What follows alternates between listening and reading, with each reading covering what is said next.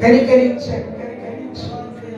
ప్రభువా వారికి సహాయం చేసే మనసు మాకు ఇవ్వుదేవా. అయినా నీకు స్తోత్రం. మీ కృప చూపండి, సహాయం అనుగ్రహించండి. ఈ ప్రార్థనంతటిని మీరు అంగీకరించండి ప్రభువా. ఈ ప్రార్థనంతటిని మీరు గైకొనండి తండ్రి. నీకు స్తోత్రాలు స్తుతులు చెల్లిస్తూ యేసు నామం పేరిట ప్రార్థించి వేడుకుంటున్నాం తండ్రి. ఆమేన్. ఆమేన్. ఆమేన్. అందరూ కూర్చోనండి.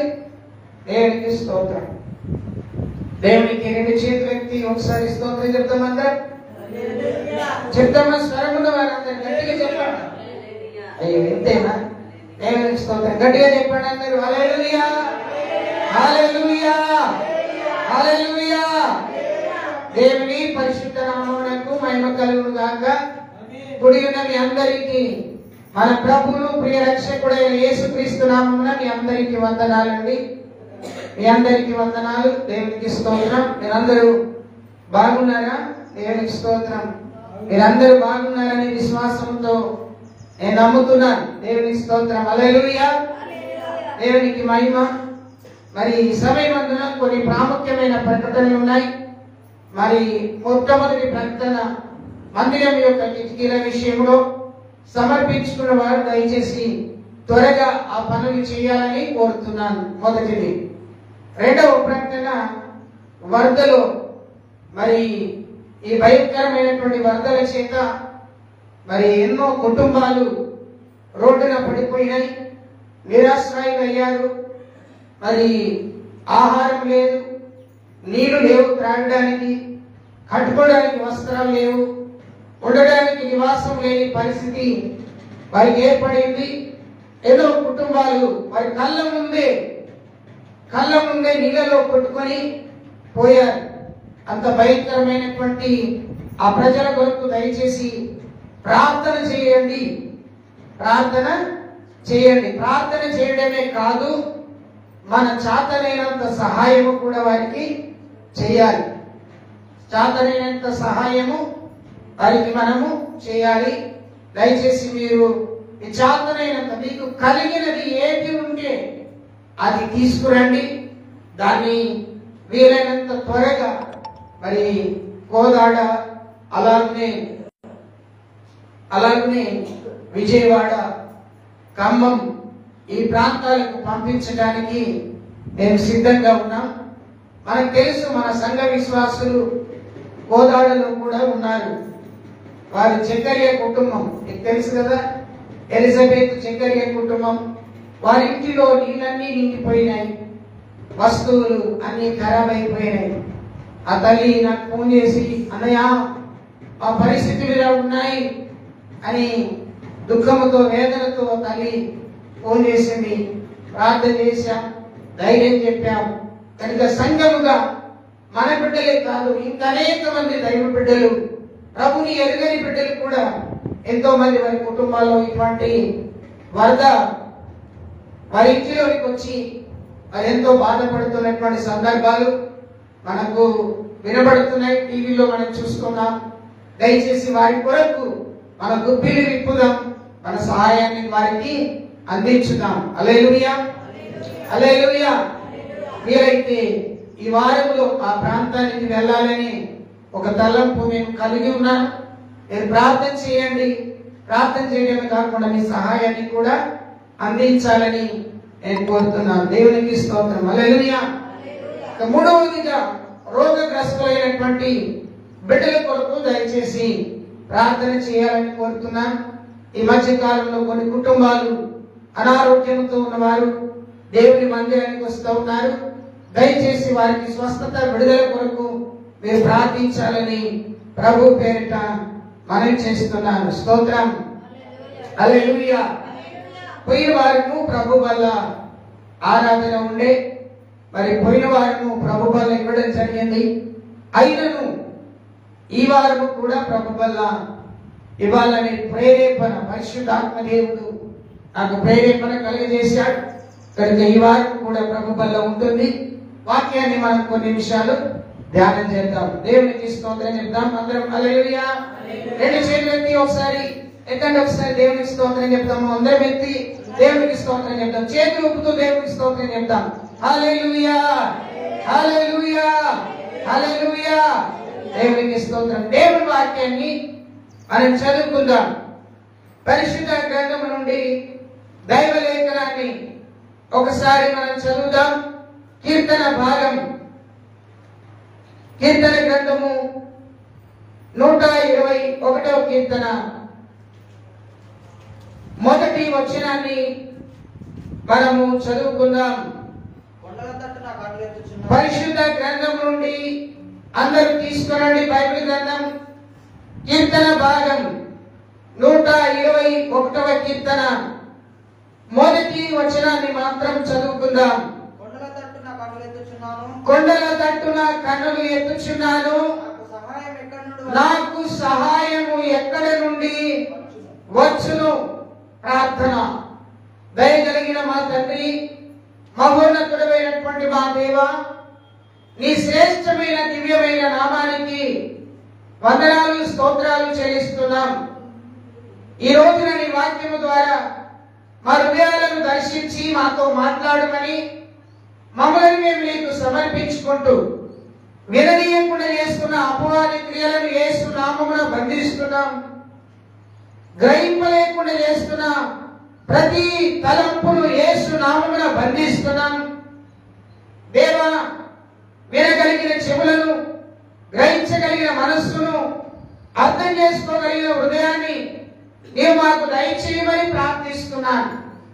నీకు వందనాలు స్తుతులు చెల్లిస్తూ యేసు నామమున ప్రార్థించి వేడుకుంటున్నాం తండ్రి. ఆమేన్, ఆమేన్. స్తోత్రం. హల్లెలూయా. ప్రియమైనటువంటి దేవుని బిడ్డలారా, కీర్తన భాగం 121వ కీర్తన మొదటి వచనంలో ఇలాగ రాయబడ్డది. కొండల తట్టున కన్నులెత్తుచున్నాను, నాకు సహాయము ఎక్కడి నుండి వచ్చును. ప్రతి మనుషుడు కూడా సహాయం కొరకు ఎదురు చూస్తాడు.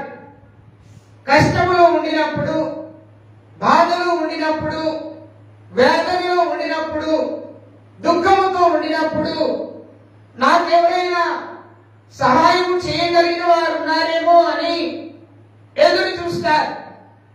ఎదురు చూసేటువంటి వ్యక్తులు ఈ లోకంలో మనకు అనేకులు కనబడతారు. సహాయం కొరకు ఎదురు చూసే వ్యక్తులు అనేకులు ఉన్నారు. అందులో నీవు నేను కూడా ఉన్నాం.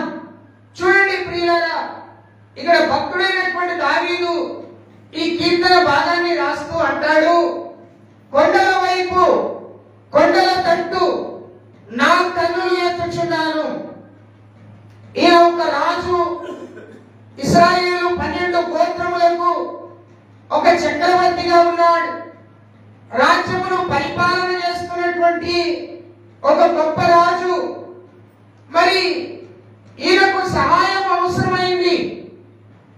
ఈయనకు సహాయం కావలసిన అవసరత ఏర్పడింది. రాజుకు ఏదైనా తక్కువగా ఉంటుందా? ఏది కూడా ఉండదు. మరి ఈయనకు తక్కువైనది ఏంటిదో మనకు తెలియదు. కానీ ఆ తక్కువైన దాని కోసం ఎవరిని అడుగుచున్నాడో తెలుసా? దేవుణ్ణి అడుగుచున్నాడు. ఏ వైపు చూస్తున్నాడు? కొండల తట్టు చూస్తున్నాడు. ఎప్పుడైనా మీరు దూరముగా ఉన్నటువంటి కొండల వైపు మీరు చూస్తే మీకు ఆ కొండ ఎంతో అందంగా కనబడుతుంది.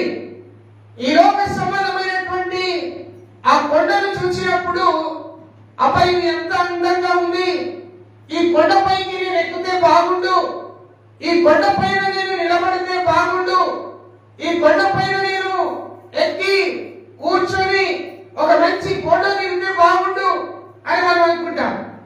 ఆ కొండ దగ్గరికి వెళ్ళి నడుచుకుంటూ వెళ్ళి ఆ కొండను ఎక్కడానికి ప్రయత్నిస్తే ఆ కొండకు మార్గం అనేది లేదు, మార్గం ఉండదు. అన్ని రాళ్ళే, అన్ని బండరాళ్ళే. దానిపైకి ఎక్కాలంటే ఒక్కొక్క బండ నుండి మరొక బండ పైకి, మరొక బండ నుండి మరొక బండ పైకి కష్టపడుతూ ఆ బండ మీద నుండి ఇంకొక బండ మీదకి వెళ్తున్నప్పుడు నువ్వు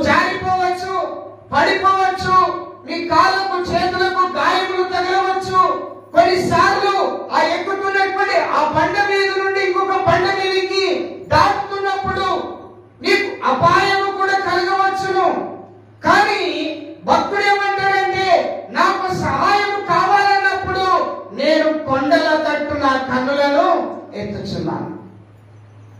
ప్రియులారా, బైబిల్ గ్రంథంలో అనేకమైనటువంటి కొండలు ఉన్నాయి.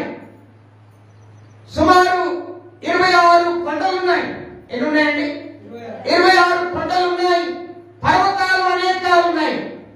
పర్వతము వేరు, కొండ వేరు, నది వేరు, సముద్రము వేరు. బాగా వినాలి. చెరువు వేరు, కాలువ వేరు. అలాగనే పర్వతము వేరు, కొండ వేరు. దైవభక్తుడు అంటాడు, కొండల తట్టు నా కనులెత్తాను, నాకు సహాయం ఎవరు చేస్తారు? బైబిల్ గ్రంథంలో ఈ రోజున ఒక 7 రకాల కొండలు. ఒక కొండల గురించి ఒక్కొక్క కొండకు ఒక్కొక్క అర్థం ఉంటుంది. ఆ కొండలో ఒక ప్రత్యేకత ఉంటుంది. బైబిల్ గ్రంథంలో కూడా 7 రకములైనటువంటి కొండలు కనబడతాయి. ఆ 7 కొండలు కూడా మీకు త్వరగా చూపిస్తాను. అందులో మొదటి కొండ ఆది కాండం నుండి మనం మొదలు పెడదాం. ఆది కాండం 8వ అధ్యాయంలోనికి రండి. చక్కగా బైబిల్ తీయండి. బైబిల్ తీసి నేను చెప్తున్న వాక్యాన్ని శ్రద్ధగా మీరు వినాలి. 8వ అధ్యాయం 4వ వచనంలోనికి రండి. అక్కడ ఒక కొండ కనబడుతుంది. అక్కడ ఒక కొండ కనబడతారు. చదువుతారా ఒకసారి? 7వ నెల 17వ దినమున ఓడ అరారాతు కొండ మీద నిలిచెను. ఆది కాండము 8వ అధ్యాయం 4వ వచనం. అక్కడ ఒక కొండ కనబడుతుంది. 7వ నెల 10వ దినమున ఆ ఓడ అరారాతు కొండల మీద నిలిచి. ఈ కొండ పేరు ఏం పేరంటే అరారాతు. అనండి ఒకసారి. అనస్తలేదు కదా, అనాలి. దేవుని స్తోత్రం. కొన్నిసార్లు మనం ఎవరైనా బెదిరించడానికి మన నోట్లో టకటక్ వచ్చేస్తాయి మాటలు కదా కదా. ఇప్పుడు దేవుని వాక్యం పలకడానికి కొంచెం కష్టమే, కానీ కష్టమైన ఇష్టంతో పలుకుతాం. ఓకే, ఇక్కడ ఒక కొండ కనబడుతుంది. ఆ కొండ పేరు ఏంటిదో తెలుసా? అరారాతు. అనండి ఒకసారి. అరారాతు. ఈ కొండ దగ్గరికి ఒక ఓడ వచ్చి నిలిచిందంట. ఏమొచ్చి నిలిచింది? ఓడ వచ్చి నిలిచింది. ఈ ఓడ ఎక్కడి నుండి వచ్చింది? ఎందుకు ఈ కొండ దగ్గర వచ్చి నిలిచింది? ఈ ఓడ ఎవరు తయారు చేశారు? మనం బాగా ఆలోచిస్తే, మనం ఆదికాండం 6వ అధ్యాయంలోకి వెళ్ళినప్పుడు ఈ ఓడను తయారు చేయడానికి ఒక దైవ భక్తుడిని దేవుడు ఏర్పాటు చేసుకున్నాడు. ఒక నీతిమంతుని దేవుడు ఏర్పాటు చేసుకున్నాడు. ఆయన పేరు నోవాహు. ఈ నోవాహును దేవుడు ఏర్పాటు చేసుకున్నాడు. ఎందుకు ఏర్పాటు చేసుకున్నాడంటే, దేవుడు పరలోకం నుండి భూలోకానికి ఒకసారిగా వంగి చూసినప్పుడట, భూమి మీద ఉన్నటువంటి ప్రజలు భయంకరమైనటువంటి పాపాన్ని చేస్తున్నారట. ఎలాంటి పాపమో తెలుసా? దేవుని కుమారులు నరుల కుమార్తెలతో వ్యభిచరిస్తున్నారు. భయంకరమైనటువంటి పాపం చేస్తున్నారు. ఈ పాపం చేస్తున్నటువంటి ఆ ప్రజలను చూసి దేవుడు తన హృదయంలో నొచ్చుకున్నాడు. నొచ్చుకొని తన హృదయంలో సంతాపపడ్డాడు. తన హృదయంలో బాధపడ్డాడు. అయ్యో, ఈ ప్రజలను నేను ఎందుకు చేస్తిని? ఈ ప్రజలను నేను ఎందుకు తయారు చేస్తిని? ఈ ప్రజలకు నా స్వరూపంలో నేను ఎందుకు చేయవలసి వచ్చను? అయ్యో, నా స్వరూపంలో చేయబడినటువంటి ఈ ప్రజలు నన్ను విడిచి ఈ పాపము భయంకరమైనటువంటి శాపపు కూపంలో మునిగిపోయి ఉన్నారే అని హృదయములో సంతోషపడ్డాడు. బాధపడ్డాడు. పరలోకం నుండి చూసినప్పుడు బాధ కలగగానే ఈ ప్రజలు ఉండుట మంచిది కాదని అనుకున్నాడు దేవుడు. ఇక వీరిని భూమి మీద నేను ఉంచను, వీరిని నేను ఏమాత్రము కూడా బ్రతకనివ్వను అని దేవుడు అనుకుని ఏం వచ్చాయట. చుట్టూరా చూసినప్పుడు ఒక నోవాహు అనే ఒక కుటుంబం దేవునికి కనబడింది. దేవునికి కనబడినప్పుడు నోవాహు కుటుంబంలో నోవాహుకు ఒక భార్య, నోవాహుకు 3 కుమారులు, నోవాహుకు 3 కోడళ్ళు, మొత్తం ఎంతమంది? 8 మంది. దేవునికి స్తోత్రం, హల్లెలూయా. కుమారులు కుమార్తెలు, ఆ దేవునికి స్తోత్రం. నోవాహు కుటుంబం చాలా అందమైన కుటుంబం, చాలా అద్భుతమైనటువంటి కుటుంబం. ఈ కుటుంబాన్ని దేవుడు చూసినప్పుడు నోవాహు నీతిమంతుడిగా కనబడ్డాడు, పరిశుద్ధంగా ఉన్న వ్యక్తిగా కనబడ్డాడు. పాపము అంటకుండా పరిశుద్ధమైన జీవితాన్ని నడుస్తున్న కుటుంబంగా దేవుడు కనబడి, దేవుడు నోవాహు దగ్గరికి వచ్చి అన్నాడు, నోవాహు, ఇదిగో ఈ ప్రజలు పాపము చేశారు, వీరిని నశింపజేయబోతున్నాను, జలప్రలయం వీరి మీదకి రప్పించబోతున్నాను, ఇదిగో నువ్వు లేచి ఒక ఓడను తయారు చేయి. దేవుడు చెప్పాడు, నువ్వు లేచి ఒక ఓడను తయారు చేయి. దేవుడి సన్నిధిలో ఓడ తయారు చేయడం మొదలు పెట్టాడు. తాను, తన కుమారులు, తన కుటుంబం అంతా కలిసి చక్కగా ఒక 3 అంతస్తులు కలిగిన ఒక ఓడను తయారు చేశారు. అద్భుతమైనటువంటి ఓడ, పరిశుద్ధమైనటువంటి ఓడ. ఆ ఓడను తయారు చేసి ఆ ఓడలో ప్రతి జంతువును ఒక్కొక్కటిగా కాదు, 2 జతలుగా ప్రతి జంతువును ఆ ఓడలోకి తీసుకొచ్చాడు. అన్ని ఓడలోకి తీసుకురాబడ్డాయి. భూమి మీద ప్రాకు పురుగు మొదలుకొని జంతువుల వరకు సమస్తము కూడా ఆ ఓడలోకి తీసుకురాబడ్డాయి. ఓడ కడుతున్నప్పుడు ఆ ఊర్లో ఉన్న ప్రజలు, ఆ పట్టణంలో ఉన్న ప్రజలు నోవాహును చూసి ఏలన చేశారు. వీడికి పిచ్చి లేసింది, ఓడను కడుతున్నాడు, ఇంత పెద్ద ఓడను కట్టుకొని ఏం చేస్తాడు? ఎన్నో అవమానాలు నోవాహుకు కలిగినాయి. నోవాహు ఎన్నో బాధలు అనుభవించాడు. తాను భయంకరమైనటువంటి ఆ శ్రమలకుండా ప్రయాణం చేస్తున్నప్పటికీ కూడా దేవుడి చెప్పిన మాటను గుర్తుపెట్టుకొని ఓడను తయారు చేశాడు. నేను ఎందుకు ఈ మాట చెప్తున్నాను? అరారాతు కొండ మీద ఏమి నిలిచిందట? ఓడ నిలిచింది. ఈ ఓడ ఎవరిది? నోవాహు తయారు చేసిన ఓడ ఇది. ఈ ఓడలో ఏమున్నాయి? ప్రాకు పురుగులు ఉన్నాయి, జంతువులు ఉన్నాయి, పశువులు ఉన్నాయి, పక్షులు ఉన్నాయి, నోవాహు కుటుంబం ఉన్నది.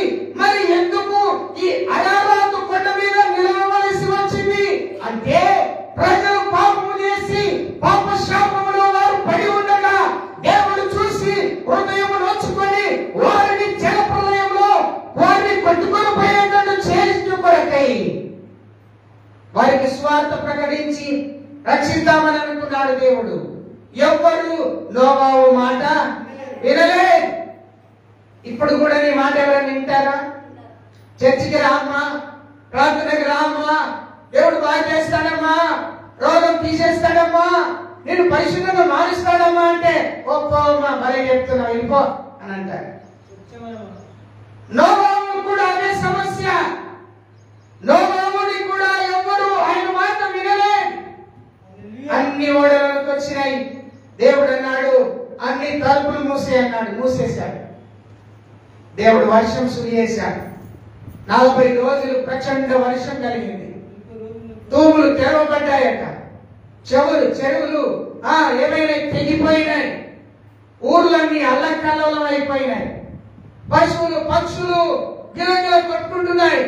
అప్పటిదాకా ఒరే నోవాహు, నీ మాట ఎవడు వింటారా అని అన్న వ్యక్తులు వచ్చి తలుపు కొడుతున్నారు. నోవా, ప్లీజ్ నీ తలుపు తీయ్యా, మేము లోపలికి వస్తా. మూయబడిన తలుపు దేవుడు తప్ప ఎవరు తీయలేరండి. కొట్టుకున్నారు. ప్రజలు చనిపోయారు. 160, 180 దినములు భూమి మీద భయంకరమైనటువంటి వర్షం కురియబడినటువంటి నీటి చేత నింపబడింది. 180 దినాలు అలాగే ఉన్నాయి. దేవుని సన్నిధిలో గమనించాలి. దేవుడు ఆ ఓడని తీసుకొని వచ్చి అరారాతు అనే కొండ మీద నిలిపాడట. స్తోత్రం చెప్పండి. ఈ అరారాతు కొండ దేనికి సాదృశ్యమో తెలుసా? రక్త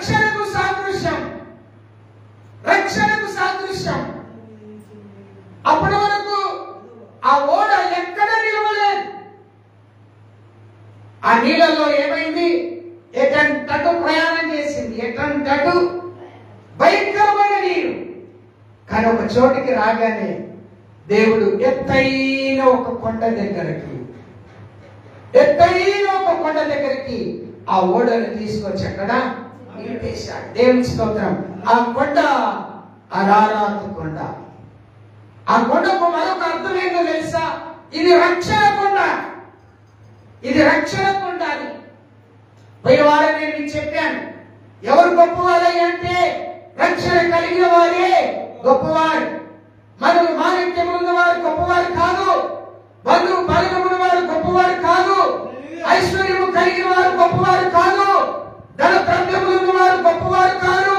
నిత్య మేలు భవంతులు ఉన్నవారు గొప్పవారు కాదు. ఎవరయ్యా గొప్పవారంటే యేసు క్రీస్తును స్వరక్షకుడుగా అంగీకరించి ఆయన యందు విశ్వాసం ఉంచి నడుచుకునేటువంటి వారు మాత్రమే గొప్పవారు. స్తోత్రం. అరారాతు కొండ, రక్షణ కొండ, రక్షణ కొండ, రక్షణ కొండ. ప్రియులారా, ఈ రోజున దేవునిని అంగీకరించిన నీ జీవితంలో నువ్వు రక్షణ భాగ్యం కలిగి ఉన్నావా? నీవు కూడా ఒక కొండవే. నీవు కూడా ఒక కొండవే. అందరూ దూషించినా, అందరూ హింసించినా, హేళన చేసినా నిన్ను చూడగానే వారికి ఏం కలగాలి తెలుసా? రక్షణ కలగాలి. నేను చూడగానే అబ్బా ఈ సహోదరి ఎంత ఎత్తుగా ఉన్నది ఆలోచించాలి. రక్షణ కొండగా నిన్ను అలా మార్చును గాక దేవుడు. నీ మాటలు రక్షణ పరమైనవిగా ఉండును గాక. నీ క్రియలు రక్షణ కార్యములు జరిగించును గాక. నీ ఉద్దేశములు దేవుడు రక్షణ క్రియలుగా మార్చును గాక. మొదటి కొండ రక్షణ కొండ. రక్షణ లేని ప్రజలకు నువ్వు చెప్పాలి, నువ్వు నా వైపు కాదు యేసయ్య వైపు చూడు, నీకు రక్షణ దొరుకుతుంది, నువ్వు రక్షింపబడతావు. కష్టంలో ఉన్నా, బాధలో ఉన్నా, ఇబ్బందిలో ఉన్నా, సమస్యలో ఉన్నా దేవుడు నిన్ను రక్షించడానికి సామర్థ్యము కలిగిన దేవుడు కనుక ఆయన రక్షణ చేసే దేవుడు, రక్షించే దేవుడు. అందుకే ఆయన పరలోకాన్ని విడిచి భూలోకములో ఉన్న ప్రజలను రక్షించుటకు నశించిన దానిని వెతికి రక్షించుటకు పరమును విడిచి భూలోకానికి ఆయన వచ్చాడండి. దేవునికి స్తోత్రం. హల్లెలూయా. యేసు ప్రభు పుట్టక మునిపే భక్తుడైనటువంటి యెషయా ద్వారా పలకబడిన మాట ఏంటో తెలుసా? ఇదిగో నేడు మీకు ఒక రక్షకుడు పుట్టబోవును. గొర్రెల కాపరులతో దేవుని దూత చెప్పిన మాట, ఇదిగో నేడు మీకు రక్షకుడు పుట్టి ఉన్నాడు. మీరు వెళ్ళి ఆయన దర్శించుకోండి. ఆయన వెళ్ళి మీరు దర్శించుకుంటే మీకు రక్షణ. నువ్వు చెప్పాలి, సహోదరి సహోదరుడా అనే కుటుంబాల గురించి చెప్పాల్సిన మాట ఏంటో తెలుసా? రక్షణ భూమి కొంటే లేదు నాయనా రక్షణ. ఆహారం నచ్చితే లేదు నాయనా రక్షణ. రక్షణ కావాలంటే నీ హృదయాన్ని దేవునికి ఇవ్వాలి. అరారాతు కొండ వలె నీవు బండగానే నిలబడాలి. దేవునికి స్తోత్రం. హల్లెలూయా. అరారాతు ఎత్తైన కొండ మీద నోవాహు తయారు చేసినటువంటి ఓడ నిలపబడింది, అంటే రక్షింపబడింది. అందరూ చనిపోయారు, కానీ నోవాహు కుటుంబంలో ఉన్న 8 అనగా 8 మంది చచ్చిపోలేదు. వారు ఏమయ్యారు తెలుసా? రక్షింపబడ్డారు. అంటే ఈ అరారాతు కొండ దేనికి సాదృశ్యం? రక్షణకు సాదృశ్యం. రక్షణకు సాదృశ్యం. ప్రియ బిడ్డలారా, నీవు కూడా నీ ఇంటిలో ఒక కొండలాగా ఉండాలి. దేవునికి స్తోత్రం. హల్లెలూయా. కొండ ఎవరు కదిలించిన కదులుతుందా? కదలదు. నువ్వు కూడా కదలద్దు. సమస్య వచ్చి నేను కదిలించిన, శోధన వచ్చి నేను కదిలించిన కదలదు. దేవునికి స్తోత్రం. ఒక భక్తుడు ఒక పాట రాశాడు, కదలకుందు సియోను కొండవలె. అంటే దేవుని కొండవలె ఏం కావాలా? కదలకుండా ఉండాలి. దేవునికి స్తోత్రం. 2వ కొండ చూద్దాం. చూడండి బైబిల్ గ్రంథంలో 2వ కొండ చూడండి. దేవునికి స్తోత్రాలు. ఆదికాండం 22వ అధ్యాయం. ఇక్కడ కూడా ఒక కొండ కనబడతారు. 22వ అధ్యాయము 2వ వచనం. 2వ వచనం చదువుతారా? అప్పుడు ఆయన నీకు ఒక్కడై ఉన్న నీ కుమారుని అనగా నీవు ప్రేమించు ఇస్సాకుని తీసుకొని మోరియా దేశములకు వెళ్ళి అక్కడ నేను నీతో చెప్పబోవు పర్వతములలో ఒకదాని మీద దహన బలిగా అతనిని అర్పించుమని చెప్పాను. దేవునికి స్తోత్రం. హల్లెలూయా. రెండవ కొండ మోరియా కొండ. చెప్పండి ఒకసారి. చెప్పండి చెప్పండి చెప్పండి. మోరియా కొండ. మొదటి కొండ ఏంటి? అరారత్ కొండ. దేవునికి స్తోత్రం. రెండవ కొండ ఏంటి? మోరియా కొండ. ఇక్కడ మోరియా కొండకు, మోరియా పర్వతానికి ఒక భక్తుడికి దర్శనమిచ్చి మాట్లాడుతున్నాడు. ఎవరికి దర్శనమిచ్చి మాట్లాడుతున్నాడు? అబ్రహాముకు దేవుడు దర్శనమిచ్చాడు.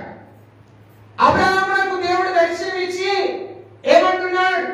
ఇదిగో అబ్రహామా, నీకు ఒక్కడే ఉన్నటువంటి నీ కుమారుని తీసుకొని మోరియా కొండ మీదకి వెళ్ళు. ఎందుకు? నీకు ఒక్కడే ఉన్నటువంటి నీ కుమారుని నీవు నా కోసం ఏం చేయాలి? దహన బలిగా సమర్పణ చేయాలి. అంటే దేవుడు ఇక్కడ ఏమిచ్చాడు తెలుసండి? మోరియా కొండల గురించినటువంటి విషయాన్ని అబ్రహామునకు దర్శనం ద్వారా చెప్పాడు. నేనేమంటానంటే ఈ మోరియా అనేటువంటి కొండకు నేను పెడుతున్న పేరెందు తెలుసా? దర్శనపు కొండ. దర్శనపు కొండ. చక్కగా అబ్రహాము జీవితం చక్కగా కొనసాగుతుంది. ఏమండి? ఎంత చక్కగా కొనసాగుతుందంటే అబ్రహామునకు సంతానము లేదు. అబ్రహాము దేవుడు పిలిచినప్పుడు శారా, అబ్రహాము ఇద్దరు కూడా బహు దుఃఖములో ఉన్నారు. అబ్రహాము తండ్రి తెరాహు చనిపోయాడు. తండ్రి చనిపోయినప్పుడు కుటుంబం ఎలా ఉంటుందండి? దుఃఖముతో ఉంటారు. తండ్రి చనిపోతే దూడలు కోసుకొని, మేకలు కోసుకొని, మంచి భోజనం చేసుకొని డాన్సులు చేస్తారా? చేయరు. ఏం చేస్తారు? ఏడుస్తారు, బాధపడతారు, దుఃఖంతో ఉంటారు. అయ్యో, మమ్మల్ని కనినటువంటి మా తండ్రి మాకు దూరమైపోయాడే, మమ్మల్ని కని పెంచి పెద్దవాడిగా చేసి మాకు దూరమైపోయిన ఆ తండ్రి జ్ఞాపకాలను జ్ఞాపకం చేసుకుంటూ ఏం చేస్తూ ఉంటారు? బాధపడుతూ ఉంటారు. చూడండి, అలాంటి బాధపడుతున్నటువంటి సందర్భంలో పరలోకమందున్నటువంటి దేవుడు అబ్రహామునకు ప్రత్యక్షమై, అబ్రహామా, నీవు నీ దేశాన్ని విడువు, నీ పట్టణాన్ని విడువు, నీ బంధువులను విడువు, నీ స్నేహితులను విడువు, నేను చూపించే దేశానికి నీవు ప్రయాణం చేయాలన్నాడు. దేవుడి మాట విన్నాడు. ఈయన అన్నిటినీ వదిలిపెట్టాడు, అన్నింటినీ వదిలిపెట్టాడు, తన వ్యాపారాన్ని వదిలిపెట్టాడు. ఏం వ్యాపారమో తెలుసా? విగ్రహములను తయారు చేసే వ్యాపారం. ఈయన అబ్రహాము తండ్రి కూడా అది వ్యాపారం. చూడండి, శిల్పకారుడుగా ఉన్నాడు. శిల్పకారుడుగా ఉన్నటువంటి అతన్ని దేవుడు పిలిస్తే అన్ని వదిలిపెట్టేశాడు. దేవుడు చూపించే దేశానికి ఓ ముయ్య పట్టుకొని తన భార్యను పట్టుకొని వెళ్ళిపోయాడు. దేవుడు అబ్రహామును దీవించాడు. 13వ అధ్యాయంలో దీవించాడు, 14వ అధ్యాయంలో దీవించాడు, 15వ అధ్యాయంలో దీవించాడు. అద్భుతంగా దేవుడు ఆశీర్వదించాడు అబ్రహాముని. ఏమి లేని వాడిగా బయలుదేరాడు, అన్ని ఉన్నవాడిగా దేవుడు చేశాడు. స్తోత్రం చెప్పండి. ఇంత మంచి కుటుంబంలో దేవుడు అద్భుతమైనటువంటి సహాయం చేశాడు. ఏం జరిగిందో తెలుసా? వారి సంతానం లేకుంటే శారాకు దిమాగ్ ఖరాబ్ అయిపోయింది. శారాకు ఏమైంది? దిమాగ్ ఖరాబ్ అయిపోయింది. దేవునికి స్తోత్రం. ఖరాబ్ అయిపోయింది. ఏమన్నదో తెలుసా? పని చేస్తున్న దాసురాన్ని చూసి, అబ్రహామా, నువ్వు నాకు ఇప్పటికి పిల్లలు కనలేవు, ఇక నాకు పిల్లలు పుట్టరు, ఈవిడుండి ఈవిడితో పోవాలన్నది. దేవునికి స్తోత్రం. అప్పుడైతే నడిచింది కానీ ఇప్పుడు అత్తంటే కూడా పోయేవాళ్ళు ఉన్నారు. దేవునికి స్తోత్రం. ఆమేన్. స్తోత్రం. హల్లెలూయా. పొమ్మనగానే పోయాడు. ఆగరు పిల్లలు కన్నది. ఇష్మాయేలు సంతానం కలిగింది. దేవుడి కృపను బట్టి ఆగరు గర్భము ధరించగానే శారాకు కోపం ఎక్కువైపోయింది. ఆగరుని ఏం చేస్తుంది? పని చేసే పని పిల్ల కనుక రాసి రంపాన పెడుతుంది. ఇదంతా మనకు తెలుసు. ఆగరు పారిపోయింది. దేవుడు దర్శనం ఇచ్చాడు, దూత ద్వారా మాట్లాడాడు, మరలా తిరిగి వచ్చింది. అరిగి మెరిగి ఉన్నది. అబ్రహాము కుటుంబంలోనే నివాసం చేసింది. శారాకు దేవుడు వాగ్దానం చేశాడు, వృద్ధాప్యమందు గర్భఫలం ఇస్తానన్నాడు, ఇచ్చాడు గర్భఫలాన్ని. ముసలితనమందు ఆ మృతతుల్యమైనటువంటి ఆ యొక్క గర్భాన్ని దేవుడు తెరిచి అద్భుతమైన సంతానం ఇస్సాకుని దేవుడు ఇచ్చాడు. స్తోత్రం చెప్పండి, హల్లెలూయా. ఇదంతా నేను మీకు ఎందుకు చెప్తున్నానంటే, అబ్రహాముతో దేవుడు దర్శనం ఇచ్చి మాట్లాడి తన కుమారుని బలి ఇవ్వమన్నాడు. ఏమి ఇవ్వమన్నాడు? ఎక్కడ ఇవ్వమన్నాడు? ఎక్కడ ఇవ్వమన్నాడు? మోరియా కొండ పైన ఇవ్వమన్నాడు. మోరియా కొండ, దర్శనం కొండ. దేవుడి స్తోత్రం, హల్లెలూయా. ఇంటి దగ్గర దర్శనమైంది మోరియా కొండ గురించి. కుమారుడు పెరిగి పెద్దవాడైతుండగా దేవుడు దర్శించి కుమారుని బలి ఇవ్వనగానే వెంటనే లేచాడు. ప్రొద్దునే గాడిదకు గంట కట్టాడు, కట్టెలు తీసుకున్నాడు, నిప్పులు తీసుకున్నాడు, కత్తిని తీసుకున్నాడు. చక్కగా తన కుమారుని సిద్ధపరుచుకున్నాడు, గాడిని ఎక్కించుకున్నాడు, ప్రయాణం చేశాడు. ఎక్కడికి? మోరియా కొండకు. చెప్పాలి మీరు అందరు, ఎక్కడికి? మోరియా కొండకు. ఎక్కడ కనబడింది కొండ? ఎక్కడ కనబడింది? దర్శనంలో కనబడింది. హల్లెలూయా. ఎక్కడ కనబడింది కొండ? దర్శనంలో కనబడింది. అక్కడికి ప్రయాణం చేస్తున్నాడు. కొండపైకి వెళ్తుండగా కుమారుడు అన్నాడు, నానా బలి ఇవ్వడానికి అన్ని ఉన్నాయి కానీ గొర్రె పిల్ల లేదు నానా అని అంటే, నాన్న అంటాడు, తండ్రి అంటాడు, బిడ్డ నువ్వేం భయపడకు, బాధపడకు, అది దేవుడే కానీ చూసుకుంటాడు, నువ్వు ధైర్యంగా ఉండు అని చెప్తాడు. కుమారుడు ధైర్యంగా ఉన్నాడు, నడుచుకుంటూ వెళ్ళిపోయాడు. ఆ మోరియా కొండపైకి వెళ్ళాడు. తండ్రి చక్కగా కట్టెలు పేర్చాడు. కుమారుడిని ఏం చేశాడో తెలుసా? కాళ్ళు చేతులు కట్టివేసి ఆ కుమారుని కట్టెల మీద పడుకోబెట్టి తన చేతిలో ఉన్నటువంటి ఆ ఖడ్గమును తీసుకుని ఆ కుమారుని ఏం చేస్తున్నాడు? బలి ఇవ్వడానికి సిద్ధంగా ఉండి ఆ బలి ఇవ్వడానికి తన యొక్క చేతిలో ఉన్న ఖడ్గమును పైకెత్తగా అక్కడ కూడా దేవుడు దర్శనమయ్యాడు. స్తోత్రం, హల్లెలూయా. నేను చెప్పే మాటలు మీకు అర్థమవుతున్నాయా? బైబిల్లో చాలా కొండలు ఉన్నాయి, భూమి మీద కూడా చాలా కొండలు ఉన్నాయి. మా ఊర్లో బోడ గుట్ట అని ఉంది. బోడ గుట్ట, దాని అర్థం ఏంటి అంటే నాకు కూడా కొన్ని రోజులు అర్థం కాదు. ఆ గుట్ట గురించి రకరకాల మాటలు చెప్తూ ఉంటాను. నేను ఒక ఆయన పెద్ద ఆయన తాతను అడిగాను, తాత ఈ గుట్టకు, ఈ కొండకు ఎందుకు ఈ పేరు వచ్చింది అని అడిగాను. అడిగితే ఆయన పెద్ద స్టోరీ చెప్పాడు. అలా కూడా మనకు ఊర్లో రకరకాల స్టోరీలు మనకు కనబడతాయి. కానీ ఇక్కడ ఒక కొండల గురించి దేవుడు ఒక దర్శనాన్ని చూపించాడు. ఆ దర్శనం కలిగిన వ్యక్తి ఏమయ్యాడు? అక్కడికి వెళ్ళగానే అక్కడ కూడా దర్శనాన్ని చూస్తున్నాడు. కుమారుడు అర్థమైపోతున్నటువంటి సందర్భం. ఒక క్షణమైతే ఖడ్గము ఆయన తల మీద పడి ఏమైతుంది? నరికివేయబడతారు. అటువంటి సందర్భంలో దేవుడు దర్శించి ఏమంటాడు తెలుసా? అబ్రహామా, అబ్రహామా, ఆ చిన్న కుమారుని మీద నీవు చేయి వేయకు, చేయి వేయకు. ఎందుకంటే నీవు నన్ను నమ్మి విశ్వసించి నన్ను వెంబడించావు కదా. నీవు నేను చూపించినటువంటి ఈ కొండపైకి నీ కుమారుని తీసుకుని వచ్చి నాకు పనిగా ఇస్తావో లేదో అని నేను నిన్ను పరీక్షించాను. హల్లెలూయా. ఇదిగో నేను దర్శనపూర్వకంగా చెప్తున్నాను, ఆ కుమారుని మీద నీవు చేయి వేయకు. ఇదిగో నీ వెనకాల పొదచాటున ఒక గొర్రె పిల్ల ఉన్నది, దానిని తీసుకొని వచ్చి అక్కడ బలి అర్పించు. స్తోత్రం, హల్లెలూయా. నేను చెప్పే మాటలు మీరు శ్రద్ధగా వినాలి. మోరియా కొండ, దర్శనపు కొండ, దేవునికి బలి ఇవ్వడానికి ఏర్పాటు చేయబడినటువంటి కొండ. ఈ మోరియా కొండ పైన అనేక మంది చూడండి దావీదు బలి ఇచ్చాడు. ఈ మోరియా కొండ పైన సొలొమోను భక్తుడు దేవుడి మందిరాన్ని కట్టాడు. అంత పవిత్రమైనది, శ్రేష్టమైనది ఈ కొండ. ఈ కొండ పైన దేవుడు దర్శనాన్ని చూపిస్తాడు.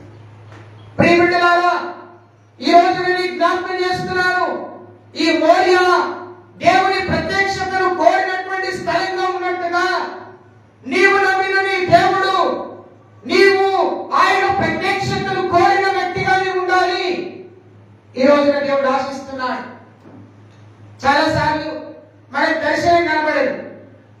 ఏం కనబడతాయి?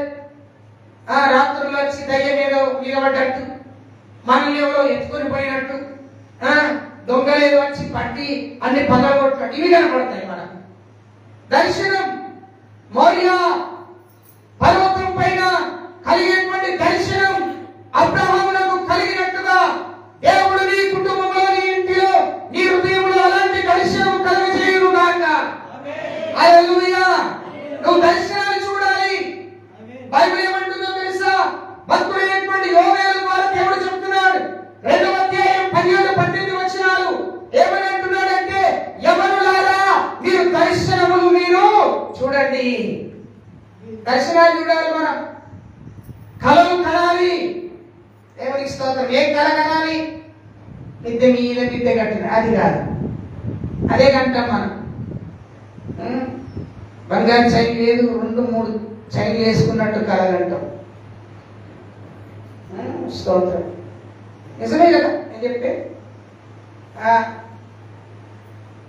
చాలా రోజుల కింద ఒక కళ పడ్డది, చెప్పానండి మీకు చాలాసార్లు. ఒక ఆయన పెట్టె నిండా డబ్బులు తీసుకొచ్చి నాకు ఇచ్చిపోయిందండి. తెల్లారి సుత్తి ఏం లేవు. దేవుని స్తోత్రం. అది కళ. దర్శనం చూడాలి, దేవుడు గురించిన దర్శనం, పవిత్రమైన దర్శనం, దేవుని దూతల స్వారూప్యం చూడాలి.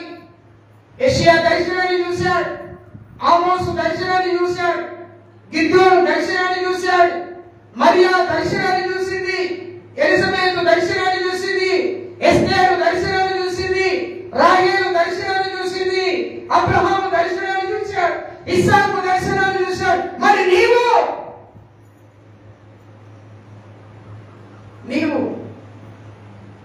సంఘాన్ని గురించిన దర్శనం చూడాలి, ఆత్మలను గురించిన దర్శనాన్ని చూడాలి. మోరియా కొండ దర్శనము కొండ. ఎవడు అన్నాడు, గొర్రె పిల్ల వెనకాల ఉంది, పొట్టేలు ఉంది, తీసుకొచ్చాడు భరించాడు. స్తోత్రం. విశ్వాసంతో చెప్పాడు. చూడండి, అబ్రాహాము ఏమన్నాడు కొడుకుతో? గొర్రె పిల్ల ఏది డాడీ అన్నట్టు ఏమన్నాడు? అది దేవుడే. అందుకే నేను మీకు చెప్తున్నాను, మన దేవుడు యెహోవా ఈరే. అన్ని ఆయనే చూసుకుంటాడు. నీకేం కావాలో ఆయన చూసుకుంటాడు. అట్లా నువ్వు ఇయ్యకపోతే కుదరదు, ఇయ్యాలి. దేవుని స్తోత్రం. హల్లెలూయా. దేవునికి మహిమ. 2వ కొండ మోరియా కొండ. 3వ కొండ చెప్పి ముగించేస్తాను. చూడండి 3వ కొండ చూడండి. నిర్గమకాండం 31వ అధ్యాయం 18లో వచ్చిన తీయాలి, చదవాలి.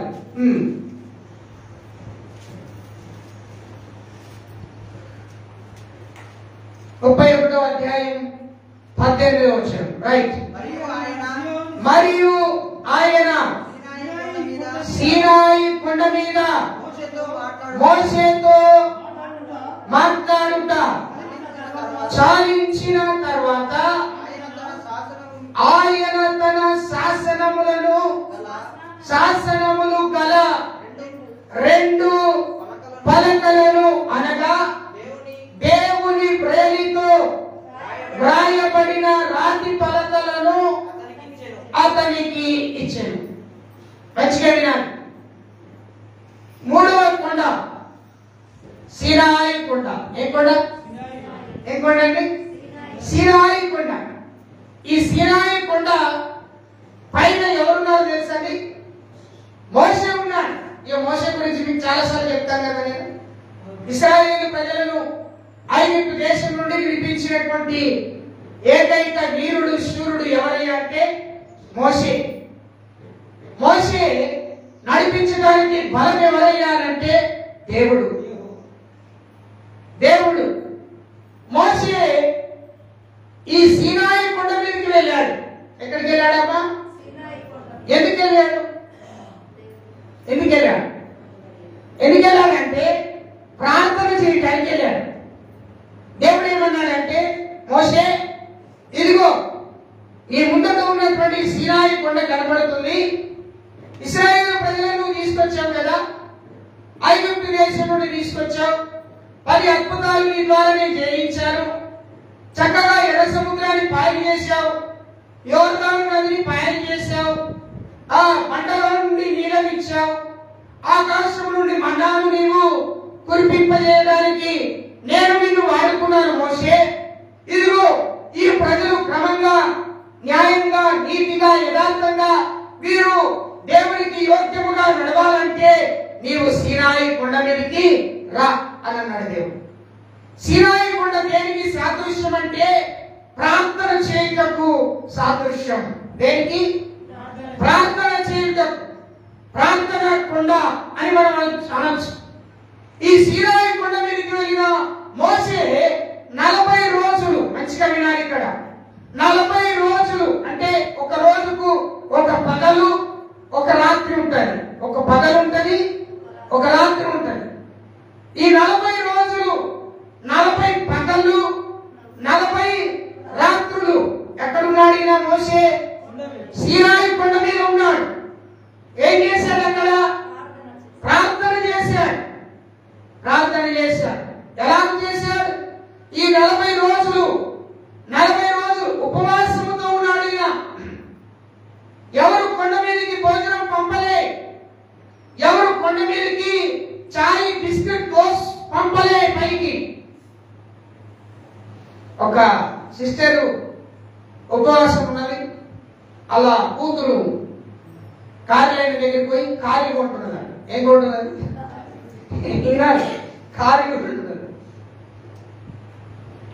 కొంటుండగా ఆయన జోకిస్తా ఉన్నాడట. అంటే బాబురాజు గారు జోకిస్తున్నారు. ఇస్తుంటే ఆ పాప అంటుందంట, ఏ తాత నువ్వు ఒకటి ఎక్కేయాలి ఇప్పుడు అనండి. ఎందుకమ్మా అంటే మా అమ్మ ఉపవాసం ఉన్నది, నువ్వు ఎక్కేసిన కారీ మా అమ్మకే నేను ఇయ్యాలా. దేవునికి స్తోత్రం. అంటే ఆయనకు అర్థం కాలేదు ఉపవాసం అంటే ఏందమ్మా అని. అంటే మా అమ్మ పొద్దున చాయ్ వేసుకుంటుంది, రెండంలో దోశ వేసుకుంటుంది తింటుంది, తర్వాత మధ్యాహ్నం పలారం చేసుకుంటుంది, అక్కులు ఫోన్ చేసుకుంటుంది తింటుంది, తర్వాత రాత్రికి మా నాన్న చెప్తుంది 1/2 కిలో కూర వేస్తాడు, కూర వండుతుంది తింటుంది. అంటే ఆయనకు అర్థం కాలేదంటే ఇంకా ఇదేందమ్మా ఇది అన్నం తినడం అంటారు కదా అంటే దీన్నే మా అమ్మ ఉపవాసం అంటది అని. దీన్నే మా అమ్మ ఉపవాసం అంటదని చెప్తారు. మోషేకు ఎవ్వరు భోజనం తీసుకెళ్ళలేదు పైకి. ఎవరు తీసుకెళ్ళారా? బైబిల్లో ఒకవేళ ఉంటే నాకున్న ఆస్తంత మీకు రాసిస్తా. నాకున్న ఆస్తంత మీకే, నా పిల్లలు నేను అందరూ సంతకాలు పెట్టించాను. మోషేకు ఎవరు ఆహారాన్ని తీసుకెళ్ళలే, మోషేకు ఎవరు నీళ్లు తీసుకెళ్ళలే. 40 days 40 దిన్ 40 రోజులు ఉపవాసం ఉన్నాడు. దేవుడితో ప్రార్థన చేస్తున్నాడు, గడుపుతున్నాడు దేవుడితో. ప్రార్థన కొండ సీనాయి కొండ. కన్నీటితో దేవుడి దగ్గర వేడుకుంటున్నాడు. తను మోకరించిన మోకాళ్ళ మీద నుండి దిగలే, ప్రార్థించే ప్రార్థన నుండి ప్రక్కకు తొలగిపోలే. దేవుడితో గడుపుతున్నాడు, ప్రభువుతో గడుపుతున్నాడు. దేవుడు రోజు వస్తూ మాట్లాడుతూ వెళ్తున్నాడు. ఆయన మాటలే ఆయనకు జీవాహారం, ఆయన మాటలే ఆయనకు ఆరోగ్యం, ఆయన మాటలే ఆయన శరీరానికి సత్వ. 40 రోజులు ఉపవాసం ప్రార్థన చేస్తున్నాడు. అక్కడ చక్కగా ఉంటది ఒక మాట, ఏమని తెలుసండి? ఆయన మోషేతో దేవుడు మాట్లాడడం ఆగిపోయిన తర్వాత, మాట్లాడుగా చాలించిన తర్వాత, అంటే మీరు అర్థమైంది మోషే సీనాయి కొండ మీద ఏం చేశాడు? దేవుడితో మాట్లాడాడు. Let us speak to God. Hallelujah. దేవుడితో మాట్లాడాడు. ఎవరితో మాట్లాడు? 24 hours into 7 సెల్ ఫోన్. మనం మాట్లాడేది దేవుడితో మాట్లాడు. నువ్వు ప్రార్థనకి వెళ్ళేటప్పుడు నీ మొబైల్ని గూట్లో పడేసుకోవాలి. చెప్తున్న నేనైనా సరే, వింటున్న నీవైనా సరే జాగ్రత్త.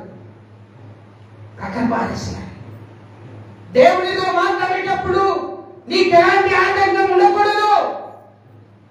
ఎవరు ఏది నిన్ను ఆటంక పరచకుండా నువ్వు జాగ్రత్తగా ఉండాలి. అట్లా అనుకుంటే మోసే అన్నం దొరకపోవచ్చు కదా, మరి మిరియాము దొరకపోవచ్చుగా. మరి వాళ్ళందరినీ విడిచిపెట్టి ఒక్కడే ఎందుకు వెళ్ళాడు? ఎందుకంటే దేవుడు అతడు దేవుడితో మాట్లాడుకునే సమయం. ప్రార్థన అంటే ఏదో మంత్రం కాదండి. ప్రార్థన అంటే ఏదో తంత్రం కాదు. ప్రార్థన అంటే నీవు దేవునితో మాట్లాడే స్థితి, సమయం. మోషే దేవుడితో మాట్లాడడం ఆగిపోయిన తర్వాత దేవుడు మోషే దగ్గరికి వచ్చాడు. 2 రాతి పలకలను తీసుకొచ్చాడు. దేవుడే తన వేలుతో రాసి ఇచ్చిన 2 రాతి పలకలు, 10 శాసనములు, 10 ఆజ్ఞలతో కూడినటువంటి ఆ రాతి పలకలను తీసుకొచ్చి ఇచ్చాడు. దీని అర్థం ఏంటో తెలుసా అండి? మోషే సీనాయి కొండ మీద దేవుడితో మాట్లాడితే దేవుడి దగ్గర నుండి జవాబు పొందుకున్నాడు. హల్లెలూయా. ప్రియులారా, నీ జీవితం ప్రార్థన జీవితంగా ఉండాలి. నీ మాటలు ప్రార్థన మాటలుగా ఉండును గాక. నీ ఆలోచనలు ప్రార్థన ఆలోచనలు ఉండును గాక. నీ క్రియలు ప్రార్థన క్రియలుగా ఉండును గాక. నీవు నిత్యము దేవుడితో మాట్లాడుదువు గాక. పరిశుద్ధాత్మ దేవుడు బలహీనునైన నన్ను నిలబెట్టుకొని మాట్లాడుతున్నాడు బలమైన మాటలు. సీనాయి కొండ మీద ఉన్న మోషే ఎలాగైతే 40 రోజులు ప్రార్థన చేశాడు, నీవు కూడా ప్రార్థన చేయాలి. జవాబు పొందుకుంటావండి. నీకు జవాబు రావట్లేదు అంటే నీవు ప్రార్థన చేయట్లేదు అని అర్థం. ప్రకటన గ్రంథంలో ఒక సంఘం గురించి దేవుడు అంటాడు, నీవు మొదటి ప్రార్థనను విడిచిపెడితివి. దేవుని నమ్మినప్పుడు నువ్వు గంటల తరబడి మోకరించి ఇదే మందిరంలో ఇదే స్థలంలో కన్నీరు గాచి ప్రార్థన చేసిన నీ జీవితం ఇప్పుడు ఎలా ఉంది?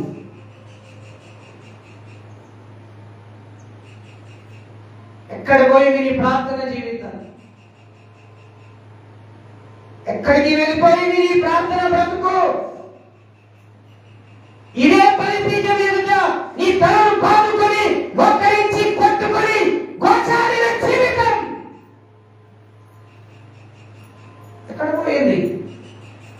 శుక్రవారం రాగానే ఉపవాస ప్రార్థనని పరిగెత్తుకొని వచ్చే నీ కాళ్ళు ఎక్కడ పోయినాయి? హెచ్చరిస్తున్నాడు దేవుడు నిన్ను ఈరోజు. మోషే సీనాయి కొండ మీదకి దేవుడితో ప్రార్థనలు గడుపుతున్నాడు.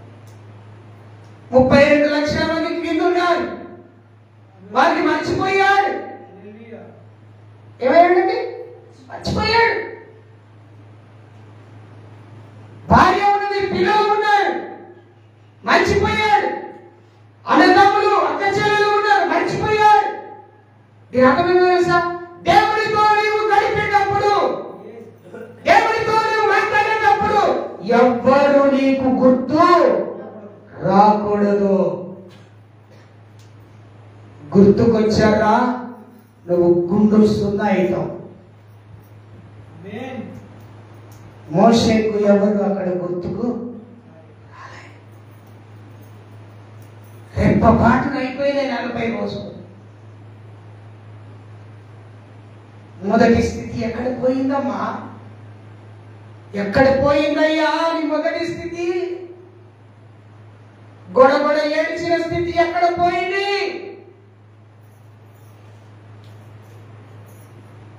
సీనాయి కొండలు మర్చినట్టుగా దేవుని మందిరాన్ని మర్చావా? సీనాయి కొండను విడిచినట్టుగా దేవుని మందిరంలో ఉండే విజ్ఞాపన జీవితాన్ని, ప్రార్థన జీవితాన్ని విడిచిపెట్టావా?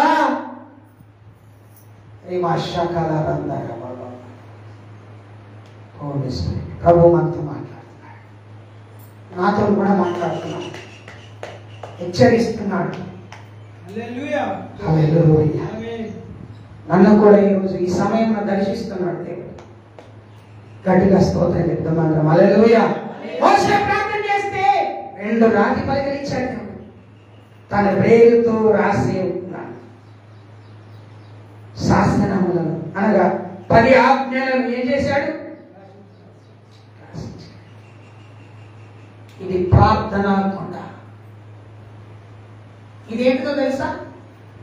ఈ మందిరం ఏంటో తెలుసా? బైబిల్ ఏమంటుందో తెలుసా? మనం మనం కట్టిన ఈ మందిరం అంట ప్రార్థనా మందిరముగా ఉండాలంట. ఏ మందిరముగా? ప్రార్థనా మందిరముగా. గొడవలు, కొట్లాటలు, సమస్యలు, ఇబ్బందులు, ఇరుకులు కలిగే మందిరము కాదు. పాపము, శాపము, అపవిత్రత కలిగిన మందిరము కాదు. నీవు కట్టిన ఈ మందిరము ప్రార్థనా మందిరము అనబడాలి. మందిరంలో ఏమి వినబడాలి? ప్రార్థన వినబడాలి. ప్రార్థన వినబడాలి. స్నేహితులారా, సంగమా, దైవ బిడ్డలారా, మీకు జ్ఞాపకం చేస్తున్న 3 కొండలు. మొదటి కొండ రక్షణ కొండ. ఏ కొండ? ఆ కొండకి ఏ పేరున్నది? అరారాతు కొండ. రెండవ కొండ మోరియా కొండ, దర్శనంతో కూడిన కొండ. దర్శనాలు చూడాలి, ప్రత్యక్షతలు చూడాలి. దేవుడు నీకు ప్రత్యక్షం ఎట్లయితేనండి? దేవుడు నీకు ప్రత్యక్షం నీ హృదయాన్ని శుద్ధీకరణ చేసుకొని నేను కంప్లీట్ గా దేవుడికి సమర్పించుకుంటే ఎందుకు కాడండి దేవుడికి ప్రత్యక్షం? ఎందుకు కాడు? సర్వ సృష్టిని సృజించినటువంటి దేవుడు నీ కళ్ళ ముందు వచ్చి నీకు ఎందుకు నిలబడాడు? నీతో ఎందుకు మాట్లాడాడు? నీకు కావలసిన ఎందుకు ఇవ్వడు? ముందు మనం కరెక్ట్ కావాలి. దానికి మోరియా కొండ అబ్రహాం భరించిన విధానం. మూడవది సీనాయి ప్రార్థనా కొండ. ప్రార్థన కొండ. హల్లెలూయా. దేవుడు మాట్లాడిన కొండ. దేవుడు మాట్లాడిన కొండ. మోషేతో దేవుడు మాట్లాడి. నీతో మాట్లాడతాడు దేవుడు? మాట్లాడుతున్నాడా? రోజు ఆయనతో ముచ్చటించాలి. బైబిల్ అంటది ఆయన వాక్యాన్ని చదువుతున్నప్పుడట ఆయన వాక్యాన్ని నువ్వు నీ మెడ చుట్టూ కట్టుకోవాలట, నీ కాళ్ళకు తొడిగించుకోవాలట, నీ శరీరానికి ధరించుకోవాలట. బైబిల్ అంటది అది నువ్వు పండుకునేటప్పుడు నేను నీతో ముచ్చటిస్తా. మరి నేను దేంతో ముచ్చటిస్తా?